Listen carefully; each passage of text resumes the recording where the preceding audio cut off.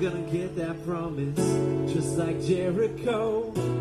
Yeah, I know what'll make it fall. I'm gonna praise, I'm gonna praise. I praise the mountain, moving body, raising breaker of chains. Gonna praise, I'm gonna praise. I praise the heavens, seated, undefeated, highest of things. That's who I praise. Hey, I praise the God who's proven He can do impossible things. That's who I praise. Hey, that's who I praise. That's who I praise. He is the Lion of Judah. He is the Lamb that was slain.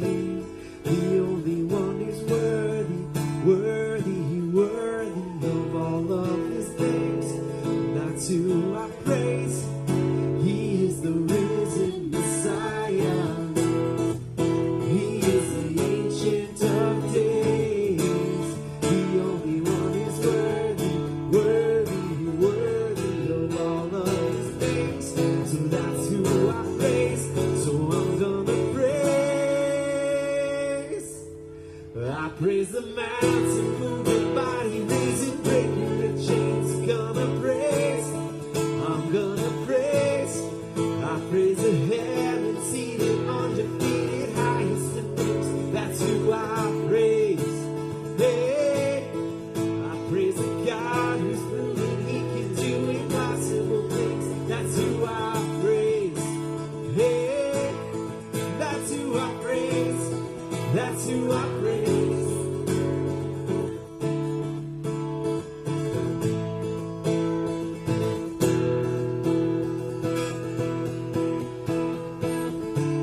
One love like Jesus, that kind of grace.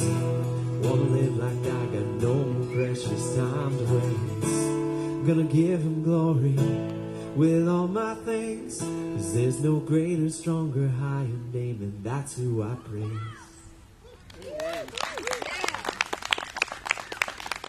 We're going to do a newer song, at least for us, and I don't know if you guys have done it here, but as my dad was just saying, I have had the opportunity to be more involved in worship at the church that we are at, and so honestly, basically just playing the set list I played last week. But this is a great song that's also a lot of fun, called Our God Reigns by Seacoast. There's a lot of actually different versions that are not this song. And so if you like it and you want to find it, that's what it is. But if you have the words and you want to sing along, I think the chorus is pretty easy.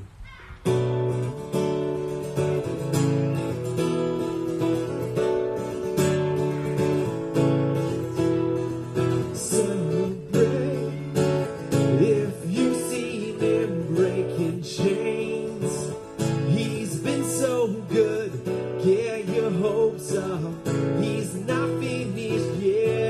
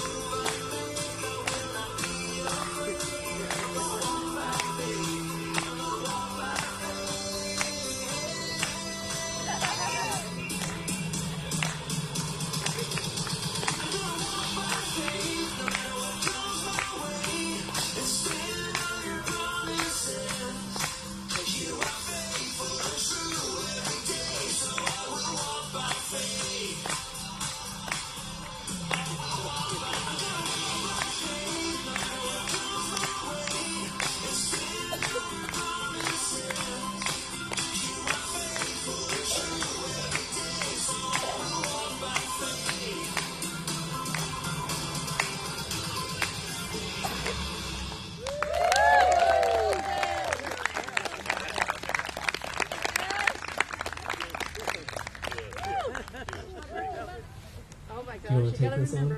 13 years ago on Tuesday. 13 years ago.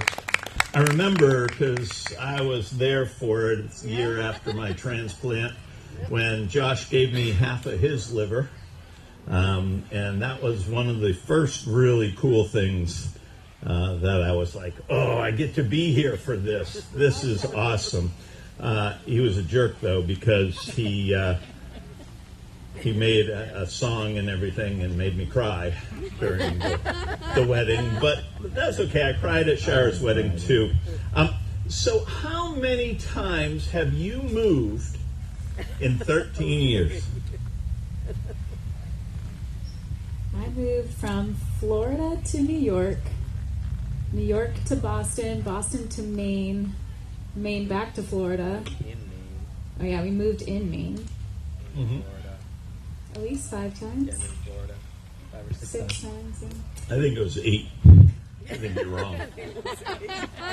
Because I included the times you moved in Maine, too. Yeah. Yeah. Because going to Little Ave and from our basement and all that. So, I don't know. So, anyway, you came here, landed in a new city, and then when you went to Tampa and we did our great road trip and spread hand, foot, and mouth down the East Coast because all the children had it. And so we did a drive down to Tampa. What was your feeling, because we've been talking about neighboring, what was your feeling going into a brand new community? What are the things you were feeling? I personally was nervous because in Maine we had such a strong community between our church family, of course, and our actual family with you and Robin and Shara and Jake. And, we had my friends from college, and so we knew a lot of people, had a lot of support with our young family, and so I was very worried about moving to a brand new city. And although my family lives in Florida, they are not in the Tampa area. They're about 2.5 hours south. So just knowing we weren't going to have, like, who's going to babysit for us? What if there's an emergency? Who do we call on? And so I was worried about those types of things. Yeah, I think that was a concern for me as well. We just had so much support here. We had tried to go to North Carolina for residency. It's like a match process. It didn't match there. It matched here, which was great. It was a place where we wanted to be. And going through residency here, it was like very obvious that this was where we needed to be. And I was just thinking about all the things that had happened where we really needed like a lot of help with the kids, or like I tore my meniscus and was stuck under our deck at our house in Little Ave, and we had a 6-month-old, and Mom drove me like to the emergency department. I'm thinking like, how are we going to do this when it's just us? And so that was, I think, the biggest challenge. Is we were worried about support, and we had a great community and a life group here, and we just didn't know how long would it take us to reestablish that. Would we reestablish that? And also going down the, residency was 5 years, but fellowship for me was 2 years. We didn't know if we. What do you do? What residency? So I am now a urologic oncologist, meaning I treat kidney, bladder, and prostate cancer, so surgically. And so residency is after medical school, and so you start with general urology, and that's a 5-year thing to learn how to do general urology. If you want to do something specific, like I only want to do the cancer side of things, you have to go specialize further, and so that's called a fellowship. And so fellowship is 2 years where you only treat cancers and do some research, and I always knew that's what I wanted to do. And so we knew this was going to be 2 years, but we didn't know what would be after that. What did those first few months teach you about being new to a neighborhood? You just got to put yourself out there. You have to be available, so if neighbors are walking by, make eye contact, say hi, go knock on your neighbors' doors, introduce yourselves. So, and we were really fortunate that we had, even in our rental, some really nice neighbors. Yeah. And you're very good at that. And so I think there's like that side of things. But I think the other thing is it also showed us how much those people who like reach out to you can very quickly make you feel welcome. Some of our good friends now, the Reels, it was like the first or second week we were at the church, they just started talking to us. And then those were like the only people we knew in Florida. We'd go to church and we'd talk to them because that's like pretty much the only people we knew. And so we made those connections, and that sort of helped us feel like we had an anchoring point. Yeah, so in our conversations about neighboring, some of the stuff we've been talking about is taking those risks, putting ourselves out there, making the first move, and doing that, just to do the simple things, the make eye contact, the saying hello that is especially culturally different in New England. What was the culture like in your new neighborhood? Yeah, I was just saying to Kathy how we moved in Tampa. There is a large Indian population, and so I think our neighborhood is 90-something% Indian, and so there's a little bit of a cultural differences, some cultural differences there, and I felt a little defeated because I would go for walks and I'd hi. And some of them they didn't really want to engage, and that was a little hard for me. But it has since changed, which I'm sure we'll get into. But yeah, a large Indian population. Yeah, we talked some about my personality being a golden retriever, and you're similar. You're going to be in line at a grocery store and be talking to 3 people by the time you're checking out, and Josh won't let us sit at like a bar to eat at a restaurant because I'll just start talking to the people next to us. Like we're supposed to be on a date. Stop talking to this person. It's hard. It's like, that's a person I don't know, and I need to know them. You should see me on an airplane. If my neighbor doesn't talk to me, I'm offended. Right. So you rented for 2 years before deciding you got a job offer from Moffitt, right? Moffitt Cancer Center. And then You closed on your own house this past December, so you're suddenly moving again, not all that far. Describe that. Yeah, so like I said, we knew we'd be down there for 2 years, but no idea after that we could have gone anywhere for a job. And so I looked at jobs in North Carolina and also even like Pennsylvania and up in Gainesville in Florida. And so we weren't really sure where we'd settle out. We really liked where we were in Florida, and I really liked Moffett. I mean, that was why I wanted to go down there for fellowship, is I thought it was great, and I thought the partners and the people were great, and everything those first 2 years really exceeded my expectations. So when I had the opportunity to stay, I think we were really excited. This was a big change for us, though, because this is like the first time since we've been together where there's not like an end and a move coming. Like, we got married in graduate school, and I had 1 year left, and then we were going to Boston, but that was 2 years of medical school, knowing we'd go to Maine for 2 years, and then residency we knew was 5, and fellowship. This was the first time we ever were like, there's no obvious end to this. So it's a little bit exciting, and it's also a little bit different, and so we started thinking more like long term. In the past, we've been able to rent and say, maybe this isn't perfect, but this will work out for what we needed. And so now it was finding something that we thought was going to fit for the long term for us and for the family. And so Kristen really liked the neighborhood that we were in terms of, you know, the location. It feels a little bit quiet in some ways, but it's not too far from things. I really want to be closer to Moffett, and we're on the housing market and trying to find some compromise. And we ended up finding a place that we felt like really had a lot to offer for the kids, but for us, it was in a comfortable place. And suddenly we were thinking more about like roots and like long term. How are we going to establish, and what will things look like when the kids are teenagers? Not like what will the things look like when 2 years from now. And so when I was down there, it was during the World Cup, right? Most recently, yes. Yes, most recently during the World Cup. And you guys now have a relationship developing with neighbors. What did you guys do during the World Cup? Oh, it was so fun. So I'll backtrack just a little. When we moved into this house that we just bought, I remember we were doing a little bit of work to the house before we moved in.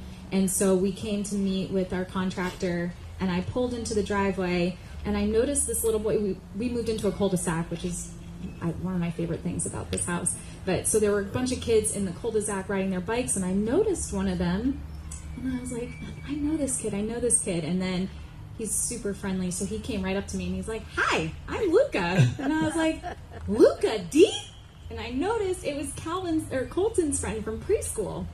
So then his mom was obviously outside too, and so I just went right up to her and made the connection, like, you guys are our neighbors, how cool. And so she and I were talking, and then the neighbor that we're about to talk about, her name's Ahalia, she walked over, talk about putting yourself out there, right. She walked over and just joined the conversation, and we immediately started a group chat that night with the three moms, and so that was really cool. But so anyway, so I met this particular neighbor that we watched the World Cup with, met her one of the first days when we moved in, and had an instant connection. And so yeah, they invited us over for a traditional Indian meal prepared by our friend Ahalia, and the other neighbor came too with her family, and we ended up watching 4 World Cup games over at their house.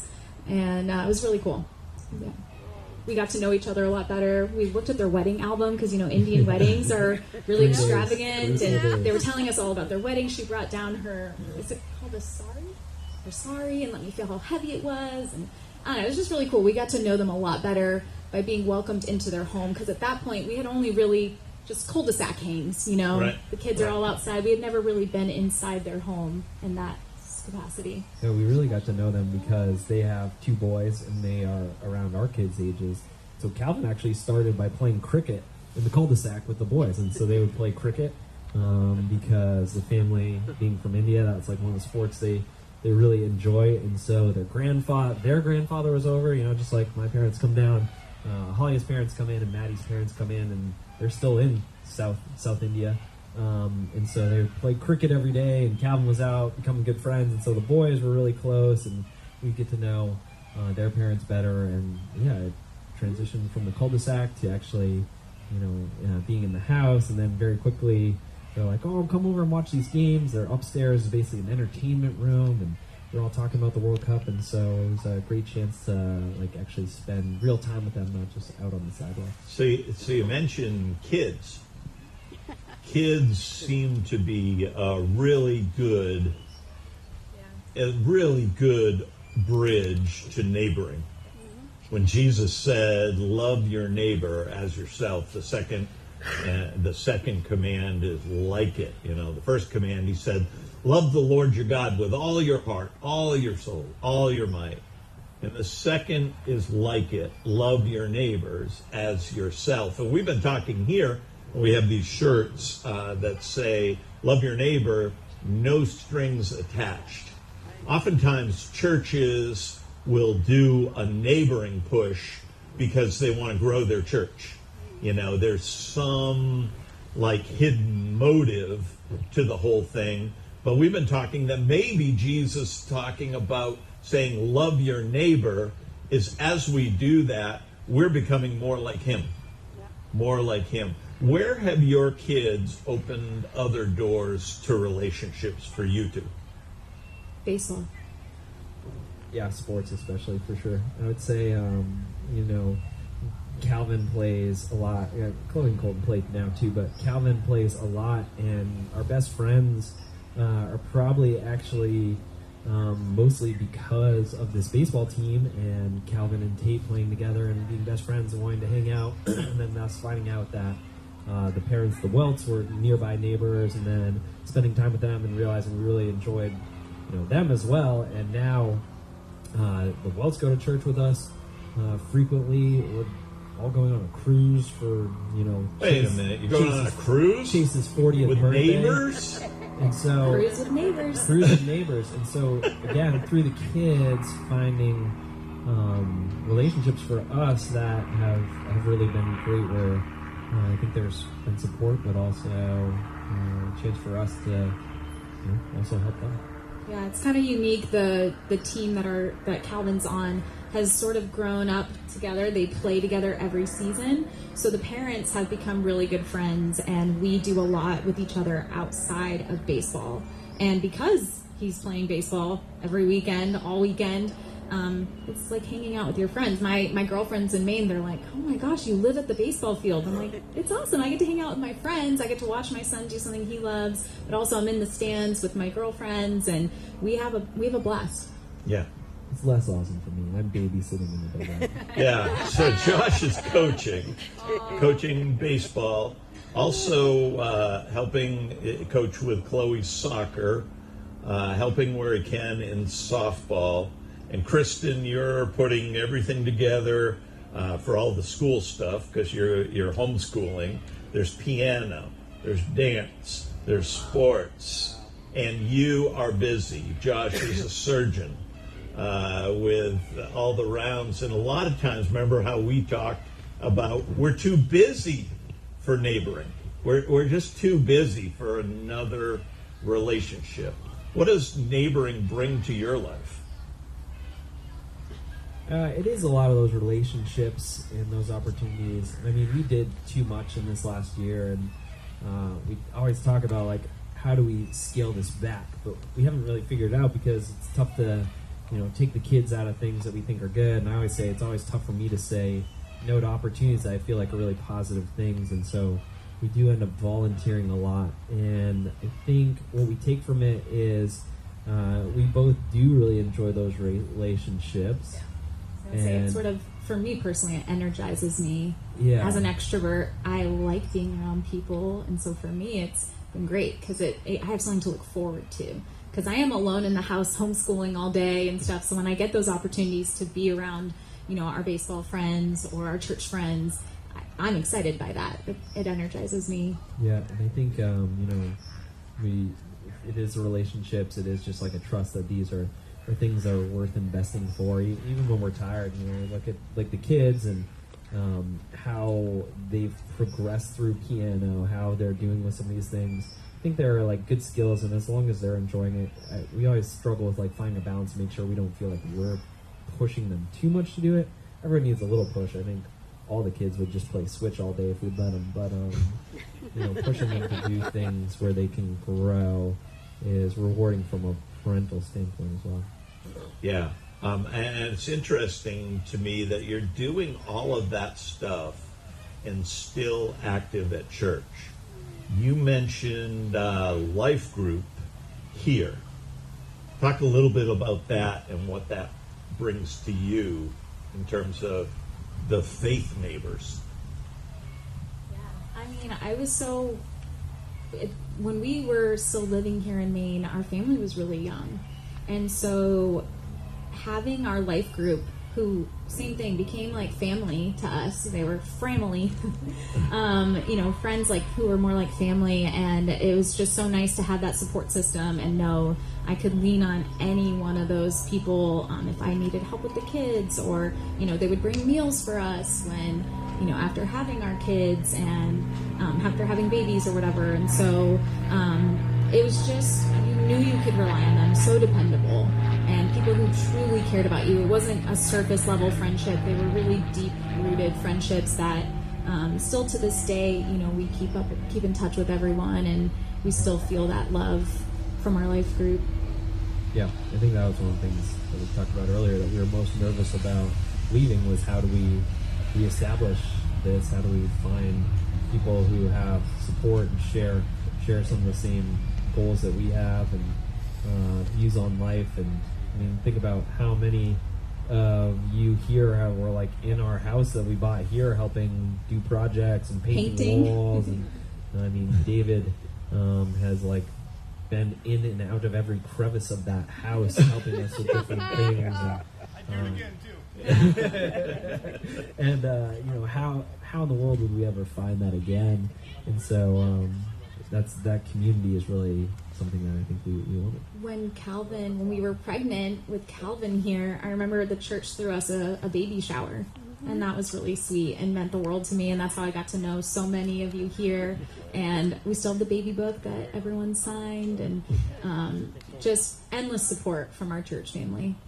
And how does your church that you're in now, what are some ideas we could maybe steal for building relationships? What types of things are you guys doing? I feel like there's a lot of similarities, and maybe that's why we were drawn to this church. It does remind us a lot of this church in that they are a church of inviters.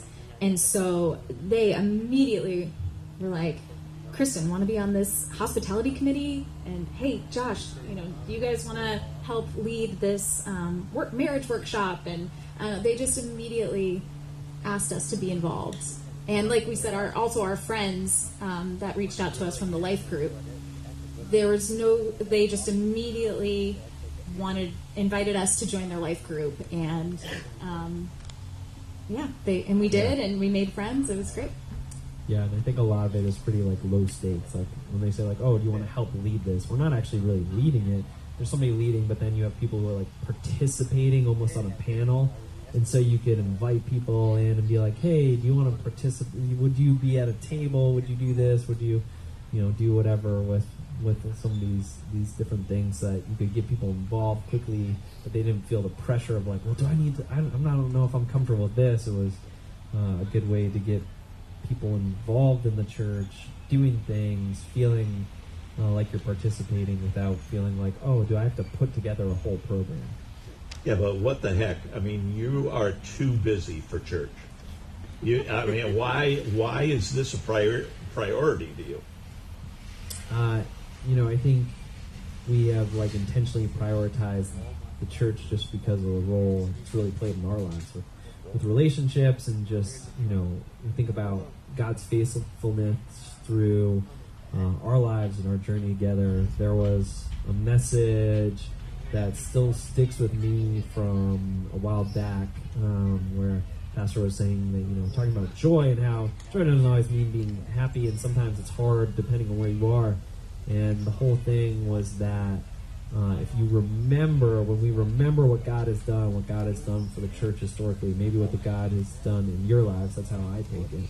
When God's been there, when you remember, you can trust in what He will do in the future, and then that allows you to sort of feel this opportunity for joy. And so a lot of those examples where, you've seen throughout the Bible these things done, but also I think a lot of us who have faith and have been through things in life, we have our own personal stories where you have that same journey. And so I think we've always wanted to have that connection. I don't know if I won't speak for you, but I'm a lot more connected when I am serving. It is a little bit harder for me to feel that connection to my faith when I'm not. And so we did, when we moved down, take a step back. We played worship here a lot most weeks, and then when we moved down, worship team there, it was great. It was awesome. We loved being in the audience. There was a guy on guitar who just ripped and shredded, and he's in a band, and he was really cool. Well, some of the musicians left. The one went to Thailand to be a missionary. Some of the people ended up leaving the church and going to another church.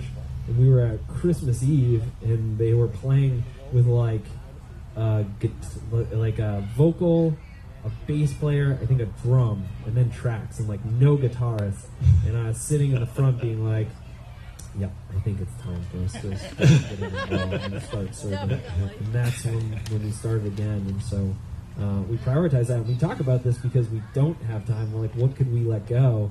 And so about 2 weeks a month, I try and play in the band, but that means Wednesday, and then also Saturday morning. It's the day Saturday or Sunday, and then our other Sundays are baseball. And it's when we try and look at what we could cut back on, it's one thing where I really don't want to cut that back, and we prioritize that. And Kristen is supportive in that as well. I think you do such a good job of juggling all the things you do, because your job is really demanding physically, mentally, spiritually, all that, and the fact that you make the time to coach 4 teams and serve on the worship team and still doing your research and such. It's I'm inspired by him, and he keeps me going. So I'm like, well, I can't complain. He's able to make it work. I certainly can. Yeah, so I mean, you're in the middle of all of this stuff, which we're all busy too. I mean, everybody's busy, but you're prioritizing this faith relationship. And for your kids, I mean, they're talking to me when I'm down there in January, and they're like, what can I do? What can we do for our dance this summer? I'm like, you're going to dance again this summer? Okay. Because they go to their camp and they learn all the motions and they do all that. And Calvin is determined that next year he's going to be ready to play the piano. He got a late start this year. So he's like, I'm going to do that. Why is this church faith piece so important to your parenting? It helps guide our parenting a lot. Yeah, I think there is that. I think it's, the relationships for the kids, but I think there is also the part of faith and, growing up having faith can be maybe a little bit of a double-edged sword. If it's something where you're sort of forced to go to church and it's just like what we do, then maybe there's not the relationship there. But I think on the other side of things, if you grow up in a church that's healthy and you see what healthy relationships within people in the church looks like, and you see healthy relationships with people and their faith in God and Jesus, then that can be a little bit inspiring, become something to lean on. And we see that with some of our kids earlier than I sort of thought. I mean, Calvin sometimes will say, sometimes when I'm really nervous, sometimes at night he gets a little bit scared, but he'll say even if he's on the mound, and sometimes he prays, and that, he's leaning into that faith and that trust in something outside of them. I think that's important. I think knowing that there's something bigger that we serve than whatever of any one of these events is really important, because sometimes it's easy to get caught up in this piano recital and this baseball game and this test and this and those are important events. We recognize that, but I think we want the kids to sort of grow up seeing that there's something larger. And I think it's important also to have faith role models who are not just your parents. And so having that active youth program has been a real blessing. Colton, his favorite person at this camp this summer they went to was Matthew, not Christopher's Matthew, because he has to clarify that it's not one of Calvin's teammates from baseball. But he loved this guy Matthew, who's just like a teenager who's just a camp counselor having fun. But seeing that and feeling like when you're younger, feeling like you're seeing people who you look up to sharing that same faith, I think that's important for what we want for our kids. Yeah.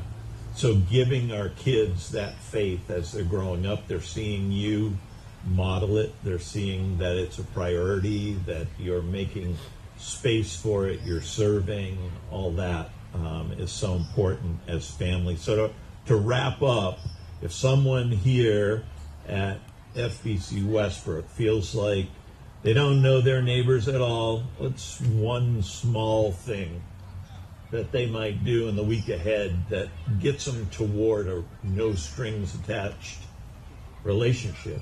Because you have a relationship with these people you're going on a cruise with. You didn't expect that, but now they're like some of your best friends. So it blesses you too. So what would you recommend? Jesus said, love your neighbor. How do you even do that? Begin it. I think what I said earlier is just making yourself available, making yourself welcoming, like people, you're approachable, making that eye contact, waving. Maybe you and your neighbor have never spoken before, but you make eye contact when you're going to your car and, hey, how are you? And right. I don't know. I try to find a connection. Like, I noticed your grandmother came over today. How is she doing? I don't know. Find just some way to open the conversation besides just a hello. Right. Figure out a way that you can connect, to build that bridge so that you have more to talk about. Yeah, and if that's like a neighbor being a physical neighbor and somebody who's nearby, I think that's great. Those can be hard sometimes, but that's good. I think of it sometimes, the person who's a neighbor and like an acquaintance, maybe a neighbor, somebody at work who's like an acquaintance that you sort of know, maybe you're friendly with, but there's not really a relationship. I feel like for us, like it's always like food, and like we'll be like, hey, do you want to come over for pizza? Do you want to come over for this? And we find that like a lot of the relationships start with something like that. Not everybody wants people in their house, and so even it's like, hey, do you want to go? Do you guys ever want to go grab this, go do something like that? That feels pretty low stakes. Everyone eats, and then those conversations naturally turn into things. For us, it's a lot easy a lot of times when you have the kids. Hey, do you want to come over with the kids and maybe we'll do some pizza or something? Yeah. But I think something like that, just saying like, hey, would you ever want to do this? It's pretty easy. And then the challenge then is like, you got to put something on the books. I was going to say, you have to actually say, have a date. You have to actually be like, all right, what date? I mean, especially for us, when we plan things with our friends, we're like, we're free 7 weeks from now. You want to do it then? Right. And we put it on the books. Put it on the books. Yeah. I was telling the church here that, Mom, she's about as introverted as you can get. But I was telling them that she now has a hug friend. Just this woman that is a Middle Eastern woman. She's wearing the hijab and everything and all that. But Mom's out for a walk every morning. She sees this woman, smiles, hi. And we were at Westbrook together today, just walking by, and the woman saw Mom and came over and was like, hi, and they hugged. And I said, oh, you're hugging friends now. Mom said, I don't even know her name, but yes, we are hugging friends now. We've come to that place, that beginning of that relationship. It's so cool. We are so thankful to have you guys with us as we continue looking at figuring out neighboring and what Jesus meant. And one of our folks here at church, we're going to shift gears now because we've been so blessed to have a family with us. Heidi and Tom are going to come up and take this next part and introduce us to what's going on. And thank you guys so much. We have T-shirts for you that you have to take back and wear, at some point. And